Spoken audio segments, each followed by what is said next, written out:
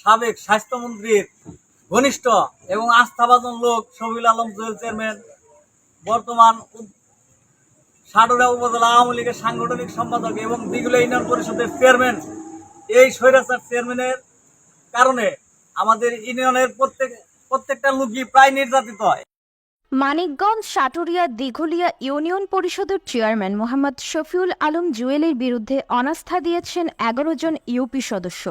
স্থানীয় এলাকাবাসী ও ইউপি সদস্যরা জানান, মোহাম্মদ শফিউল আলম জুয়েল চেয়ারম্যান সাবেক স্বাস্থ্যমন্ত্রী জাহেদ মালিক স্বপন এমপির ছত্রছায়ায় ও আওয়ামী লীগের দলীয় প্রভাব দেখিয়ে লক্ষ লক্ষ টাকা হাতিয়ে নিয়েছে। নিজ বাড়িতে আলিশান বাড়ি গড়ে তোলেন। সরকারি বিভিন্ন প্রকল্প ইউপি সদস্যদের না জানিয়ে মনগড়া কাজ করেন তিনি। এই বিষয়ে অভিযুক্ত দিঘুলিয়া ইউনিয়ন পরিষদের চেয়ারম্যান মোহাম্মদ শফিউল আলম জুয়েল জানান, এখন দিচ্ছে ভাই, এটা খুব দুঃখজনক। আমি খুব কষ্ট পেয়েছি।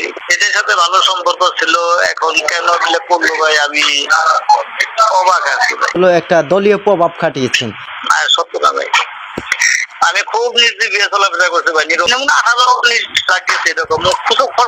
ভাই, হ্যাঁ তাই হবে। কি কারণে তারা অনাস্থা দিয়েছেন তা আমার জানা নেই। তাদের সাথে আমার ভালো সম্পর্ক ছিল।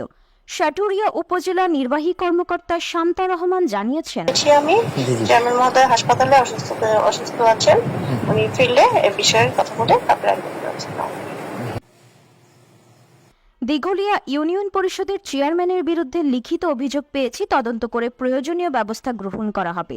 এদিকে দিঘুলিয়া ইউনিয়নের সাধারণ জনগণ অভিযুক্ত চেয়ারম্যানের দুর্নীতির বিষয়ে সুষ্ঠু তদন্তের দাবি জানান। পাকা রাস্তা পর্যন্ত, ক্লাবঘর পর্যন্ত ইট সোলিং এর রাস্তা হয়েছে। নিচের ইট 3 ইঞ্চি ফাঁক দিছে,